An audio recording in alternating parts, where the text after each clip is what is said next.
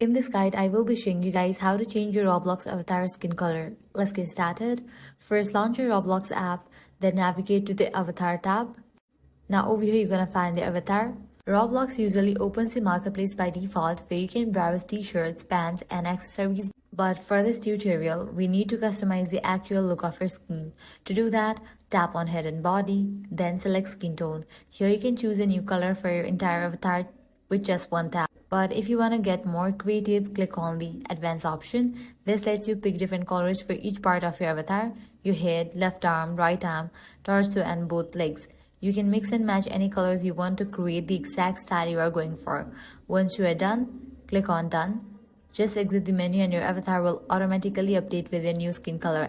And that's it. This is how you can easily change Roblox avatar's skin color, either fully or piece by piece. If this guide helped you out, do not forget to like, share, and subscribe. Thanks for watching.